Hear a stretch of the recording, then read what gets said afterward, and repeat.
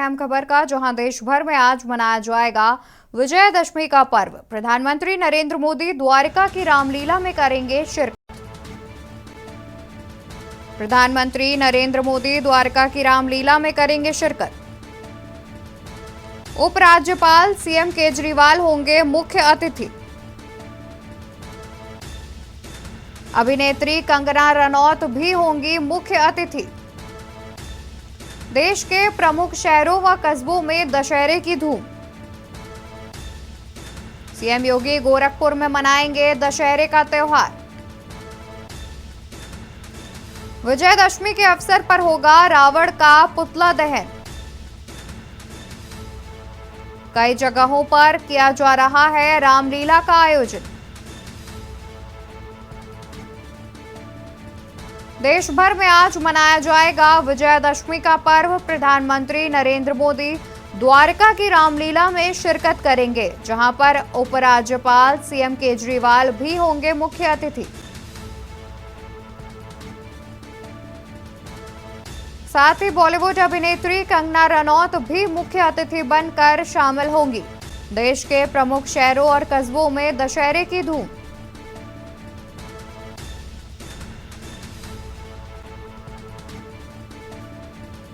तो इसी खबर पर हमारे पास तमाम जिलों से हमारे संवाददाता जुड़े हुए हैं, जहां पर अयोध्या से हमारे संवाददाता आरपी सिंह और मेरठ से हमारे संवाददाता राजू शर्मा, दिल्ली से हमारे संवाददाता प्रवेश शर्मा और गाजियाबाद से हमारे संवाददाता जयवीर मावी जुड़े हुए हैं। रुक करते हैं दिल्ली से हमारे संवाददाता प्रवेश शर्मा का। प्रवेश, आपसे जानना चाहेंगे कि दिल्ली में किस प्रकार की विजयदशमी की जो है तैयारियां की गई हैं और क्या कुछ इंतजामात हैं, सुरक्षा के क्या कुछ इंतजामात हैं?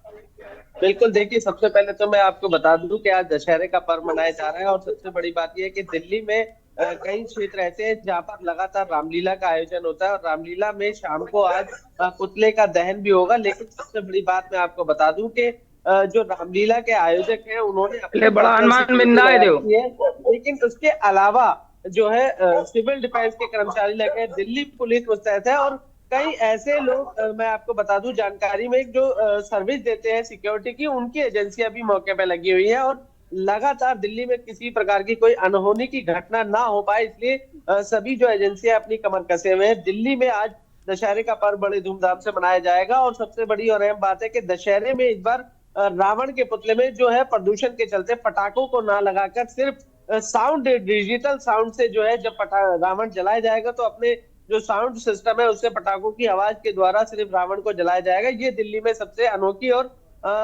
गजब पहले जो इस बार आपको दिल्ली वासियों को विशेष तौर पर देखने को मिलेगी। जी जी बिल्कुल। मेरठ से हमारे संवाददाता राजू शर्मा हमारे साथ जुड़े हुए हैं। राजू, आपसे जानना चाहेंगे कि मेरठ में किस प्रकार के इंतजाम किए गए हैं, साथ ही मेरठ की जो हवा है, जैसे कि AQI इंडेक्स सामने आई है जिसमें मेरठ की हवा को काफी प्रदूषित बताया गया है, तो इसको लेकर के क्या कुछ इंतजाम किए गए हैं? हाँ बिल्कुल, देखिए, मैं आपको बता दूं कि आज विजयदशमी यानी कि दशहरा का पर्व मेरठ में बड़े धूमधाम से मनाने की तैयारी की जा रही है। पिछले 2 दिनों से ही मेरठ के अलग अलग क्षेत्रों में मेले का आयोजन जहां पर होता है, स्थलों पर तैयारी बड़े जोर शोर से की जा रही है और वहां पर बाकायदा 112 फीट लंबा रावण का एक पुतला भी लगाया गया है, जिसे लगभग शाम 5:44 पर दहन किया जाएगा। तो इसके अलावा मेरठ जो जिला प्रशासन है वो सुरक्षा व्यवस्थाओं को लेकर भी चाक चौबंद व्यवस्था करने में जुटा हुआ। भारी पुलिस फोर्स का इंतजाम मेला स्थल पर किया गया है ताकि किसी भी तरह की कोई भी छेड़खानी या इस तरह की घटना ना सामने आ सके। तो मेरा जो दशहरे का पर्व है वो भी बड़े धूमधाम से मनाने की तैयारी चल रही है। वहीं अगर प्रदूषण की बात करें तो मेरठ देश के 229 शहरों में प्रथम स्थान पर आया है। प्रदूषित शहर में आज मेरठ का नाम शामिल हुआ है। 362 लगभग AQI दर्ज किया गया है। तो कहीं ना कहीं प्रदूषण को देखते हुए भी मेरठ जिला प्रशासन ने अपील की है सभी जनपद वासियों से कि वो पटाखों का इस्तेमाल ना करें, प्रदूषण फैलाने से बचे, साथ ही शांतिपूर्ण ढंग से विजयदशमी का पर्व मनाए। जी बिल्कुल। जयवीर, आपका रुख करेंगे, आपसे जानना चाहेंगे कि गाजियाबाद में किस प्रकार के इंतजाम किए गए हैं दशहरे को लेकर? देखिए अवंतिका, सबसे पहले तो मैं के न्यूज के तमाम दर्शकों को दशहरा के पावन पर्व की शुभकामनाएं देता हूं। जिस तरह से सच्चाई की जीत झूठ पर हुई थी, बुराई की जीत बुराई पर अच्छाई की जीत हुई थी। इस पावन पर्व की सभी दर्शकों को बहुत बहुत शुभकामनाएं। वहीं आपको बता दें कि गाजियाबाद जनपद में तमाम व्यवस्थाएं हैं, तमाम तरह की सुरक्षा व्यवस्थाओं की बात करते हैं तो पुलिस फोर्स पूरी तरह से अलर्ट मोड पर है। गाजियाबाद 3 जोन में बटा हुआ है क्योंकि कमिश्नरी सिस्टम है, और तीनों जिलों के जो डीसीपी हैं वो लगातार जो रामलीला जहां पर हो रही है वहां पर भ्रमण कर रहे हैं। एलआईयू की टीम, खुफिया विभाग की टीम, तमाम ऐसी जो टीम है जो इंटरनल जांच करती है, और पुलिस फोर्स पूरी तरह से मुस्तैद है, और तमाम जो व्यवस्थाएं हैं वो पूरी की गई है। गाजियाबाद में बड़े स्तर पर बहुत सारी जो ऐसी रामलीला है, क्योंकि जनपद बड़ा है और जी कई जगह पर बड़ी बड़ी रामलीलाएं होती है, बड़ी संख्या में, कहा जाए तो हजारों की संख्या में रामलीला मैदान पहुंचते हैं लोग। तो उसको लेकर के तमाम सुरक्षा व्यवस्थाएं है। इस बार विशेष ध्यान रखा गया है कि जो बाजार में जो मोबाइल चोरी की घटनाएं ना हो और अन्य जो घटनाएं होती हैं उन पर रोक लगे, जिसके लिए बाजारों के साथ, रामलीला मैदान के साथ साथ जो आसपास के क्षेत्र है सभी जगह पर सीसीटीवी कैमरे लगाए हैं, और उसका एक कंट्रोल रूम बनाया गया है जिनसे तमाम जगह निगरानी रखी जाएगी। महिला पुलिसकर्मी होगी, और वहीं जो आम पुलिसकर्मी भी है वो सिविल ड्रेस में भी जनता के बीच होंगे, और तमाम जो ऐसे लोग हैं उन पर निगाहें रखेंगे। वहीं सुरक्षा व्यवस्था के साथ साथ जो रामलीला कमेटियों की बात करें, उन्होंने भी विशेष व्यवस्था इस बार रामलीला मैदान में की गई है। पटाखों का एक तरह से बिल्कुल बैन होने की वजह से अन्य तरीके से भी उसमें जो डिजिटल तरीके से भी रामलीला मैदान में इस बार नए नए आकर्षण देखने की बातें सामने आ रही। तो कहीं ना कहीं आज के दिन इस पावन पर्व को खुशहाली के साथ साथ सुरक्षित मनाने के लिए जिला प्रशासन, पुलिस प्रशासन पूरी तरह से अलर्ट मोड पर है। जी प्रशासन के अधिकारी, चाहे एसडीएम हो, नायब तहसीलदार हो, वो भी लगातार रामलीला जो कमेटी के सदस्य उनसे बिल्कुल बातचीत कर रहे जयवीर, हैं और जिस लगातार प्रकार से भ्रमण कर आज रहे हैं। विजयदशमी का पर्व है, इसको लेकर सुरक्षा के कई कुछ कड़े इंतजामात गाजियाबाद में देखने को मिल रहे हैं, जैसा कि आपने बताया। रुक करेंगे आरपी सिंह आपका। अयोध्या, राम की नगरी है अयोध्या, वहां पर दशहरे की क्या कुछ तैयारियां की गई हैं और साथ ही क्या कुछ इंतजाम किए गए हैं? आरपी अनम्यूट कर लीजिए, फिर आप अपनी बात पूरी करिए। जी, अवंतिका जी जी बताना चाहेंगे कि के न्यूज के दर्शकों को मैं अयोध्या से दशहरे के हार्दिक शुभकामनाएं देना चाहता हूँ। उससे यहाँ पे जो है 2500-30 जगह पे रामलीला चल रही है। यहाँ फिल्मी स्टार भी आए हुए हैं, वहां पे भी रामलीला चल रही है। तो कहीं ना कहीं यहाँ पे और जितने हैं, कहीं पे इलेक्ट्रॉनिक के थ्रू रावण का वध होगा, कहीं उस तरह। तो यहाँ पे जो है व्यवस्थाएं बहुत सुचारू रूप से है। प्रशासन व्यवस्था यहाँ पे 4 चौबंद कर दी गई है। खुद यहाँ पे कप्तान, आईजी, जितने लोग हैं, घूम करके पूरी व्यवस्था के, और यहाँ का इलाऊ विभाग भी बहुत सक्रिय है, क्योंकि अयोध्या अतिसंवेदनशील मानी गई है। तो इसीलिए यहाँ पे व्यवस्थाएं बहुत सुचारू रूप से की गई है। जी अवंतिका जी। जी बिल्कुल। प्रवेश, आपसे जानना चाहेंगे कि जैसे कि आपने बताया कि दिल्ली में जो है वो प्रदूषण को देखते हुए रिमोट से जो है रावण दहन का कार्यक्रम किया जाएगा, साथ ही इस प्रकार के और क्या इंतजाम किए गए हैं? क्योंकि कई बार ऐसा होता है कि रावण दहन के दौरान कई घटनाएं भी देखने को मिलती हैं, तो उसको लेकर के प्रशासन ने क्या कुछ इंतजाम किए हैं?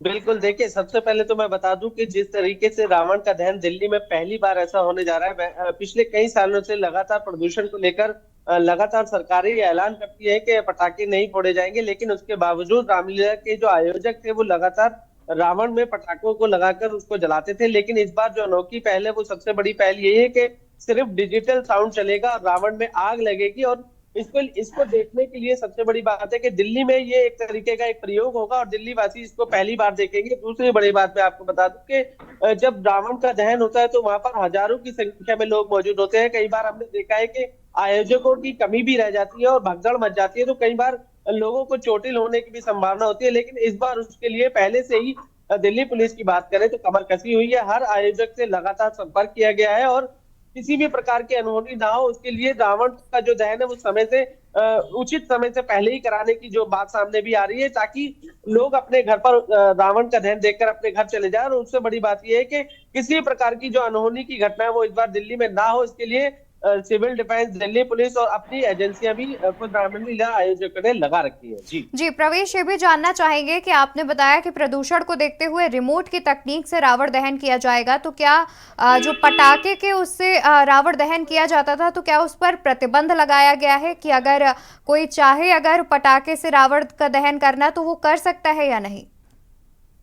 देखिए, मैं आपको बता दूं, दिल्ली में पहले ही आम आदमी पार्टी की सरकार है, दिल्ली में है, सत्ता में है, और उन्होंने किसी प्रकार से जो पटाखे का जो मैं बता दूं जो फोड़ना वो बैन कर दिया है। लगभग जनवरी 22 या 23 जनवरी तक पूरी तरीके दिल्ली में पटाखे प्रतिबंधित है, चाहे शादी हो, चाहे दशहरा हो, या बात करें, अभी आने वाली दिवाली भी हो, लेकिन उसके बावजूद भी हमने देखा है कई बार आयोजक, रामलीला आयोजक लगातार पटाखे फोड़ते थे, लेकिन इस बार सख्ती से दिल्ली सरकार ने दिखाई है और दिल्ली पुलिस भी मुस्तैद दिखी है। इस वजह से रावण तो इस बार दिल्ली में जरूर जलेगा, लेकिन जो पटाखे की बात करें, वो साउंड की बात करें, वो सिर्फ डिजिटल होगा, सिर्फ उनके सिस्टम से आवाज आएगी पटाखे की, और केवल रावण में जो दहन करने की प्रक्रिया को पूरा किया जाएगा। जी बिल्कुल।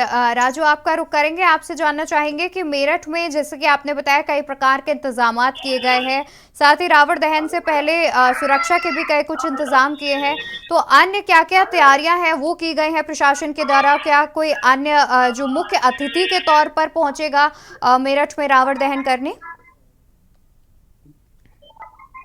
हाँ बिल्कुल, देखिए अवंतिका, मैं बता दूं कि पिछले लगभग एक सप्ताह से रामलीला जो स्थल होते हैं जहाँ पर रामलीला और दशहरे मेले का आयोजन होता है, वहाँ पर तैयारी जोरों शोरों से चल रही है। लगातार जो जिला प्रशासन के तमाम अधिकारी है वो रामलीला कमेटी के पदाधिकारियों से आपस में बातचीत कर रहे हैं, मंथन कर रहे हैं कि सकुशल किस तरीके से दशहरे का जो पावन पर्व है उसे संपन्न कराया जा सके। तो लगातार तमाम जो अधिकारी है वो मंथन करने में जुटे हुए, साथ ही सुरक्षा व्यवस्थाओं को लेकर भी चाक चौबंद व्यवस्थाएं की गई है, चाहे LIU टीम की बात हो, डिफेंस की बात हो या अन्य तमाम जो समाज सेवी लोग होते हैं, क्योंकि प्रशासन ऐसी समय पर जो अन्य समाज सेवी लोग होते हैं उन्हें भी साथ में जोड़ता है और उन्हें सुरक्षा व्यवस्था के इंतजाम का जिम्मा देता है, ताकि सकुशल सभी त्योहार जो है वो संपन्न हो सके। अगर अतिथियों की बात करें तो जिस तरह से मेरठ के लगभग 4 से 5 स्थानों पर मेले का आयोजन किया जाता है, रावण दहन का आयोजन किया जाता है, तो वहां पर जो मेरठ के जनप्रतिनिधि होते हैं, चाहे मंत्री की बात हो, चाहे विधायक की बात हो या MLC की बात हो,